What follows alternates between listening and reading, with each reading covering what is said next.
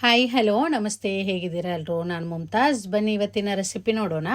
ಇವತ್ತು ನಾನು egg ಮಪಸ್ recipe ತೋರಿಸ್ತಾ ಇದ್ದೀನಿ. ತುಂಬ ಚೆನ್ನಾಗಿರುತ್ತೆ, ಸುಲಭವಾಗಿ ಮಾಡುವಂಥ ಒಂದು ಕರಿ ಇದು ನಾನು ನೆನ್ನೆ ಒಂದು ವಿಡಿಯೋ ಹಾಕಿದ್ದೆ, ಬೇಯಿಸಿದ ಅನ್ನದಿಂದ ಮಾಡುವಂಥ ಒಂದು ಪರೋಟ ಅಥವಾ ಚಪಾತಿ, ಅದರ ವಿಡಿಯೋ ಹಾಕಿದ್ದೆ. ಅದರಲ್ಲಿ ನಾನು ಹೇಳಿದ್ದೆಲ್ಲ ಆ ರೆಸಿಪಿ ಇದು. ತುಂಬ ಚೆನ್ನಾಗಿರುತ್ತೆ, ತುಂಬಾ ಟೇಸ್ಟಿ ಆಗುತ್ತೆ, ಆಮೇಲೆ ಸುಲಭವಾಗಿ ಮಾಡುವಂಥ ಒಂದು ರೆಸಿಪಿ ಇದು. ಬನ್ನಿ ನೋಡೋಣ. ನೋಡಿ, ಇದಕ್ಕೆ ಬೇಕಾದ ಈರುಳ್ಳಿ ಇದೆಲ್ಲ ಕಟ್ ಮಾಡಿಟ್ಟಿದ್ದೇನೆ. ಫಸ್ಟ್ ನೋಡಿ, ಗ್ರೀನ್ ಚಿಲ್ಲಿ ನಮಗೆ ಖಾರಕ್ಕೆ ಎಷ್ಟು ಬೇಕು ಅದು ಬೇಕಾದಷ್ಟು ತಗೊಳ್ಳಿ. ಇದಕ್ಕೆ ಚಿಲ್ಲಿ ಪೌಡ್ರ್ ಹಾಕಲ್ಲ, ಖಾರಕ್ಕೆ ಹಸಿಮೆಣಸು ಆಮೇಲೆ ಸ್ವಲ್ಪ ಪೆಪ್ಪರ್ ಪೌಡ್ರ್ ಹಾಕ್ಲಿಕ್ಕೊಂಡು ಅದು ಬೇಕಾದಷ್ಟು ತಗೊಳ್ಳಿ. ನಾನೊಂದು 5-6 ಗ್ರೀನ್ ಚಿಲ್ಲಿ ತಗೊಂಡಿದ್ದೇನೆ. ಆಮೇಲೆ ಸ್ವಲ್ಪ ಶುಂಠಿ ಮತ್ತು ಬೆಳ್ಳುಳ್ಳಿ, ಕರಿಬೇವಿನ ಸೊಪ್ಪು, ಈರುಳ್ಳಿ. ಶುಂಠಿ ನೋಡಿ ಇಷ್ಟು ಉಂಟು, ಶುಂಠಿ ಮತ್ತು ಬೆಳ್ಳುಳ್ಳಿ ಸ್ವಲ್ಪ ಜಾಸ್ತಿ ಹಾಕಿ, ಅದಕ್ಕಿಂತ ಸ್ವಲ್ಪ ಕಡಿಮೆ ಶುಂಠಿ ತಗೊಳ್ಳಿ.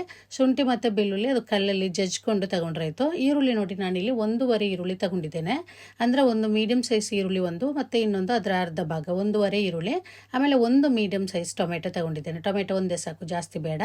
ಆನಂತರ ನೋಡಿ, ಅದು ಪ್ಯಾನ್ ಇಟ್ಟೋದಕ್ಕೆ ಸ್ವಲ್ಪ ತೆಂಗಿನ ಎಣ್ಣೆ ಹಾಕೊಳ್ಳಿ. ತೆಂಗಿನ ಎಣ್ಣೆಯಲ್ಲಿ ಮಾಡುವಾಗ ತುಂಬ ಚೆನ್ನಾಗಿರುತ್ತೆ. ಅದು ಎಣ್ಣೆ ಬಿಸಿಯಾಗಿ ಬರುವಾಗ ನೋಡಿ, ಶುಂಠಿ ಮತ್ತು ಬೆಳ್ಳುಳ್ಳಿ ಹಾಕ್ತಾ ಇದ್ದೀನಿ. ಇದು ಸ್ವಲ್ಪ ಇದರಲ್ಲಿ ಫ್ರೈ ಆಗಬೇಕು, ಅಂದರೆ ಲೈಟಾಗಿ ಗೋಲ್ಡನ್ ಕಲರ್ ಆಗಿ ಬರಬೇಕು ಅಷ್ಟರ ತನಕ.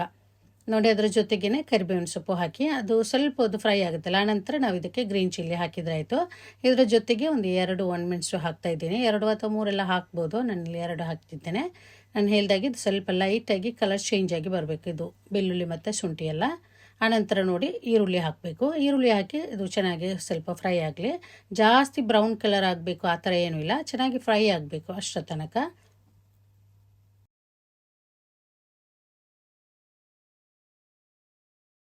ನೋಡಿ, ಇಲ್ಲಿ ಈರುಳ್ಳಿ ಫ್ರೈ ಆಗಿದೆ. ಇಷ್ಟು ಫ್ರೈ ಆದ ನಂತರ ನಾವು ಇದಕ್ಕೆ ಟೊಮೆಟೊ ಹಾಕಿದ್ರಾಯಿತು. ಟೊಮೆಟೊ ಹಾಕಿ ಸ್ವಲ್ಪ ಹೊತ್ತು ಅದು ಮುಚ್ಚಲು ಹಾಕಿಬಿಟ್ರೆ ಬೇಗನೆ ಅದು ಟೊಮೆಟೊ ಸಾಫ್ಟಾಗಿ ಬರುತ್ತೆ. ಸ್ವಲ್ಪ ಹೊತ್ತು ನಾನಿಲ್ಲಿ ಮುಚ್ಚಲು ಹಾಕ್ತಾ ಇದ್ದೀನಿ. ಸಾಫ್ಟಾಗಿ ಬಂದ ನಂತರ ಇದಕ್ಕೆ ಸ್ವಲ್ಪ ಮಸಾಲ ಪೌಡ್ರೆಲ್ಲ ಹಾಕಬೇಕು. ನೋಡಿ, ಟೊಮೆಟೊ ಸಾಫ್ಟಾಗಿ ಬಂದಿದೆ. ಇನ್ನು ಸ್ವಲ್ಪ ಸಣ್ಣ ಉರಿಯಲ್ಲಿ ಇಟ್ಕೊಳ್ಳಿ. ಮಸಾಲ ಪೌಡ್ರ್ ಹಾಕುವಾಗ 1.5 ಟೇಬಲ್ ಸ್ಪೂನ್ ಕೊತ್ತಂಬರಿ ಪುಡಿ ಹಾಕ್ತಾ ಇದ್ದೀನಿ. ಅದು ದೊಡ್ಡ ಸ್ಪೂನಲ್ಲಿ 1 ಸ್ಪೂನ್ ಫುಲ್ಲಾಗಿ, ಮತ್ತು ಇನ್ನೊಂದು ಅರ್ಧ ಸ್ಪೂನು, 1.5 ಟೇಬಲ್ ಸ್ಪೂನು. ಆಮೇಲೆ ಒಂದು 3/4 ಟೀ ಸ್ಪೂನ್ ಅರಿಶಿನ ಪುಡಿ, 3/4 tea spoon pepper powder, 3/4 tea spoon ಸೋಂಪು, ಹಸಿ ಸೋಂಪು ಉಂಟಲ್ಲ ಅದರ ಪೌಡ್ರ್, ಆಮೇಲೆ ಸ್ವಲ್ಪ ಗರಂ ಮಸಾಲ, ಒಂದು ಅರ್ಧ ಅಥವಾ 3/4 ಟೀ ಸ್ಪೂನ್ ಗರಂ ಮಸಾಲ. ಇಷ್ಟು ಹಾಕಿ ಸ್ವಲ್ಪ ಹೊತ್ತು ಅದು ಮಿಕ್ಸ್ ಮಾಡ್ಕೊಳ್ಳಿ. ಅಂದರೆ ಅದರ ಹಸಿ ವಾಸನೆ ಹೋಗೋ ತನಕ ಸ್ವಲ್ಪ ಹೊತ್ತು. ಈ ಟೈಮಲ್ಲಿ ಬೇಕಾದರೆ ಫ್ಲೇಮ್ ಸ್ವಲ್ಪ ಜಾಸ್ತಿ ಮಾಡ್ಕೋಬೋದು.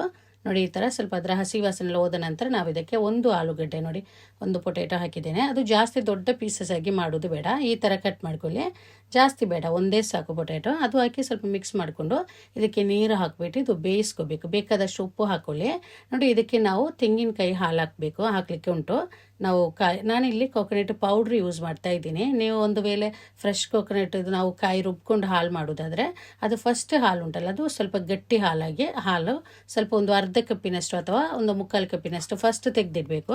ಆನಂತರ 2 ಸಲ ನಾವು ಅದು ಲೂಸಾಗಿ ತೆಳು ಹಾಲು ತೆಗಿತೇವಲ್ಲ, ಅದನ್ನು ನಾವು ಈ ನೀರಿನ ಬದಲಿಗೆ ತೆಳು ಹಾಲು ಹಾಕಿ ಈ ಪೊಟೇಟೊ ಬೇಯಿಸ್ಕೋಬೇಕು. ಗೊತ್ತಾಯ್ತಲ್ಲ, ನೀರಿನ ಬದಲಿಗೆ ನೀವು ಫ್ರೆಶ್ ತೆಂಗಿನಕಾಯಿ ರುಬ್ಕೊಂಡು ಹಾಲು ಮಾಡೋದಾದರೆ ಸೆಕೆಂಡ್ ಹಾಲು ಹಾಕಿ ಇದನ್ನು ಬೇಯಿಸಿದ್ರಾಯ್ತು. ಅದು ಬೇಕಾದಷ್ಟು ಹಾಕಿ ನೀವು ನೀರಾದರೂ ಇದೇ ಥರ ಬೇಕಾದಷ್ಟು ನೀರು ಹಾಕಿ ಇದು ಆಲೂಗಡ್ಡೆ ಬೇಯಿಸ್ಕೋಬೇಕು. ಮೀಡಿಯಂ ಫ್ಲೇಮಲ್ಲಿ ಇಟ್ಕೊಳ್ಳಿ, ಮಧ್ಯದಲ್ಲಿ ಓಪನ್ ಮಾಡಿ ಮಿಕ್ಸ್ ಮಾಡಿಕೊಡಿ. ಆಮೇಲೆ ನೋಡಿ, ನಾನಿಲ್ಲಿ ಮ್ಯಾಗಿ ಪೌಡ್ರ್ ಬರುತ್ತಲ್ಲ, ಕೋಕೋನಟ್ ಪೌಡ್ರ್, ಅದು ಯೂಸ್ ಮಾಡಿಕೊಂಡು ಗಟ್ಟಿ ಹಾಲು ಮಾಡ್ಕೊಂಡಿದ್ದೇನೆ. ಅದೊಂದು ಅರ್ಧ ಕಪ್ಪಿನಷ್ಟು ಇರ್ಬೋದು, ಅರ್ಧ ಅಥವಾ ಸ್ವಲ್ಪ ಅದಕ್ಕಿಂತ ಸ್ವಲ್ಪ ಜಾಸ್ತಿ ಮಾಡ್ಕೋಬೋದು ಹಾಲು.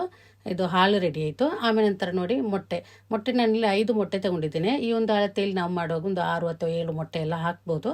ನಾನಿಲ್ಲಿ 5 ಮೊಟ್ಟೆ ಬೇಯಿಸಿಟ್ಟಿದ್ದೇನೆ. ಅದು ನೋಡಿ ಈ ಥರ ಕಟ್ ಮಾಡ್ಕೊಳ್ಳಿ, ಅದರ ಮೇಲ್ಗಡೆ ಸ್ವಲ್ಪ ಇದಿಲ್ಲಿರಲಿ. ನೋಡಿ, ಇವಾಗ ಆಲೂಗಡ್ಡೆ ಎಲ್ಲ ಬೆಂದಿದೆ. ಇದು ಮಧ್ಯದಲ್ಲಿ ಓಪನ್ ಮಾಡಿ ಈ ಥರ ಮಿಕ್ಸ್ ಮಾಡಿ ಕೊಡಬೇಕು. ಅದು ಮೀಡಿಯಂ ಫ್ಲೇಮಲ್ಲಿ ಇಟ್ಟರೆ ಬೇಗನೆ ಆಲೂಗಡ್ಡೆ ಕುಕ್ ಆಗುತ್ತೆ. ನೋಡಿ, ಬೆಂದಿದೆ ಇದು, ಎಷ್ಟು ಸಾಕು. ಇನ್ನು ನಾವು ಬೇಯಿಸಿಟ್ಟಿದ್ದ ಮೊಟ್ಟೆ ಉಂಟಲ್ಲ ಅದು ಹಾಕಬೇಕು. ಇದಕ್ಕೆ ಹಾಕಿ ಇದರ ಜೊತೆಗೇ ನಾವು ಗಟ್ಟಿ ಹಾಲು ತೆಗೆದಿಟ್ಟಿದ್ದೇವಲ್ಲ ಅದು ಹಾಕಿ, ಹಾಲು ಹಾಕಿದ ಮೇಲೆ ನಾವು ಜಾಸ್ತಿ ಹೈ ಫ್ಲೇಮಲ್ಲಿ ಇಟ್ಕೋಬಾರ್ದು, ಸ್ವಲ್ಪ ಸಣ್ಣ ಉರಿಯಲ್ಲಿ ಇಟ್ಕೊಳ್ಳಿ. ಹೈ ಫ್ಲೇಮಲ್ಲಿ ಇಟ್ಟು ಜಾಸ್ತಿ ಇದು ಕುದಿಸಬಾರ್ದು. ಗಟ್ಟಿ ಹಾಲು ಹಾಕಿದ್ದೇನೆ, ಸ್ವಲ್ಪ ನೀರು ಕೂಡ ಹಾಕ್ತಾ ಇದ್ದೀನಿ.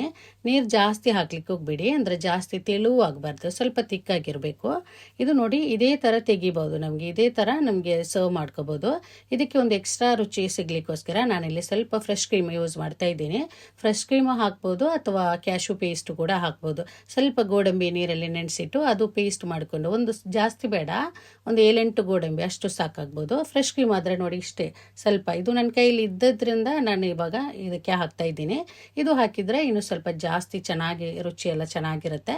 ಇದ್ದರೆ ಹಾಕಿ, ಇಲ್ಲಾಂದರೆ ಕ್ಯಾಶ್ಯೂ ಪೇಸ್ಟ್ ಹಾಕ್ಬೋದು, ಇಲ್ಲಾಂದರೆ ಬರೀ ತೆಂಗಿನಕಾಯಿ ಹಾಲಲ್ಲಿ ಕೂಡ ಈ ಥರ ಮಾಡ್ಕೋಬೋದು. ತುಂಬ ಚೆನ್ನಾಗಿರುತ್ತೆ, ಅದು ಕೂಡ ಚೆನ್ನಾಗಿರುತ್ತೆ. ಫ್ರೆಶ್ ಕ್ರೀಮ್ ಅಥವಾ ನಾನು ಹೇಳ್ದಾಗೆ ಕ್ಯಾಶ್ಯೂ ಪೇಸ್ಟ್ ಎಲ್ಲ ಹಾಕಿದರೆ ಇನ್ನೂ ಸ್ವಲ್ಪ ಜಾಸ್ತಿ ಟೇಸ್ಟಿಯಾಗಿರುತ್ತೆ. ಉಪ್ಪೆಲ್ಲ ನೋಡ್ಕೊಳ್ಳಿ, ರುಚಿ ಎಲ್ಲ ನೋಡಿ. ಸಣ್ಣ ಉರಿಯಲ್ಲಿ ಸ್ವಲ್ಪ ಹೊತ್ತು ಈ ಥರ ಕುದಿ ಬಂದರೆ ಸಾಕು, ಜಾಸ್ತಿ ಹೈ ಫ್ಲೇಮಲ್ಲಿ ಕುದಿಸಬಾರ್ದು. ಇವಾಗ ಇದು ರೆಡಿ ಆಯಿತು, ಆಗ್ತಾ ಬಂತು, ಇಷ್ಟು ಸಾಕು. ರುಚಿ ಎಲ್ಲ ನೋಡಿ, ಏನಾದರೂ ಕಮ್ಮಿ ಇದ್ದರೆ ಈ ಟೈಮಲ್ಲೇ ಹಾಕಿದ್ರೆ ಆಯಿತು. ನೋಡಿ ಇಷ್ಟು ತಿಕ್ಕಾಗಿ ಉಂಟು ಕರಿ, ಇಷ್ಟು ತಿಕ್ಕಾಗಿರಬೇಕು. ಇನ್ನು ಸ್ವಲ್ಪ ಹೊತ್ತು ಇದು ತಣ್ಣಗಾದ್ಮೇಲೆ ಒಂದು ಸ್ವಲ್ಪ ಇನ್ನೂ ತಿಕ್ಕಾಗಿ ಬರುತ್ತೆ, ಅವಾಗ ಕರೆಕ್ಟಾಗಿರುತ್ತೆ. ಇಷ್ಟು ಸಾಕು, ರೆಡಿ ಆಯ್ತು. ಇದು ಲಾಸ್ಟಾಗಿ ಫೈನಲಾಗಿ ಸ್ವಲ್ಪ ಇದು ಕೊತ್ತಂಬರಿ ಸೊಪ್ಪು ಇದ್ದರೆ ಹಾಕಿದರೆ, ಅದು ಇದ್ದರೆ ಹಾಕಿದರೆ ಆಯಿತು, ಹಾಕಲೇಬೇಕಂತಿಲ್ಲ, ಇಲ್ಲ ಅಂದರೆ ಪರವಾಗಿಲ್ಲ. ನಾನಿಲ್ಲಿ ಸ್ವಲ್ಪ ಕೊತ್ತಂಬರಿ ಸೊಪ್ಪು ಹಾಕ್ತಾ ಇದ್ದೇನೆ. ಇವಾಗ ನಮ್ಮ ಎಗ್ ಮಪಾಸ್ ಇಲ್ಲಿ ರೆಡಿ ಆಯಿತು. ತುಂಬ ಚೆನ್ನಾಗಿರುತ್ತೆ, ತುಂಬಾ ಸುಲಭವಾಗಿ, ನೋಡಿದ್ರಲ್ಲ ಎಷ್ಟು ಸುಲಭವಾಗಿ ಮಾಡುವಂಥ ರೆಸಿಪಿ ಇದು ಚಪಾತಿಗೆ, ಆಮೇಲೆ ರೊಟ್ಟಿ, ದೋಸೆ, ಅದಕ್ಕೆಲ್ಲ ತುಂಬ ಚೆನ್ನಾಗಿರುತ್ತೆ. ತುಂಬಾ ಸುಲಭವಾಗಿ ಮಾಡುವಂಥ ಒಂದು ರೆಸಿಪಿ ಇದೆ. ನೀವು ಒಂದು ಸಲ ಆದರೂ ಇದು ಮಾಡಿ ನೋಡಿ, ನಿಮ್ಗೆಲ್ರಿಗೂ ಇಷ್ಟ ಆಗ್ಬೋದು, ಮನೆಯಲ್ಲಿ ಎಲ್ರಿಗೂ ಇಷ್ಟ ಆಗ್ಬೋದು. ಇದರ ಮೇಲ್ಗಡೆ ನೋಡಿ ಸ್ವಲ್ಪ ಫ್ರೆಶ್ ಕ್ರೀಮು ಅದು ಹಾಕಿದ್ದೇನೆ. ಈ ಥರ ತುಂಬ ಚೆನ್ನಾಗಿರುತ್ತೆ, ಮಾಡಿ ನೋಡಿ, ನಿಮ್ಗೆಲ್ರಿಗೂ ಇಷ್ಟ ಆಗ್ಬೋದು. ಇವತ್ತಿನ ರೆಸಿಪಿ ನಿಮ್ಗೆ ಇಷ್ಟ ಆದರೆ ದಯವಿಟ್ಟು ನನ್ನ ಚಾನಲ್ ಸಬ್ಸ್ಕ್ರೈಬ್ ಮಾಡ್ಕೊಳ್ಳಿ, ಹಾಗೆಯೇ ಲೈಕ್ ಮಾಡಿ, ನಿಮ್ಮ ಅಭಿಪ್ರಾಯ ಕಮೆಂಟ್ ಮೂಲಕ ತಿಳಿಸಿ, ಮತ್ತು ನಿಮ್ಮ ಫ್ಯಾಮಿಲಿ ಫ್ರೆಂಡ್ಸ್ ಜೊತೆ ಈ ವಿಡಿಯೋನ ಶೇರ್ ಮಾಡಿಕೊಡಿ. ಇನ್ನೊಂದು ಒಳ್ಳೆ ರೆಸಿಪಿಯೊಂದಿಗೆ ಮತ್ತೆ ಸಿಗ್ತೀನಿ. Thank you.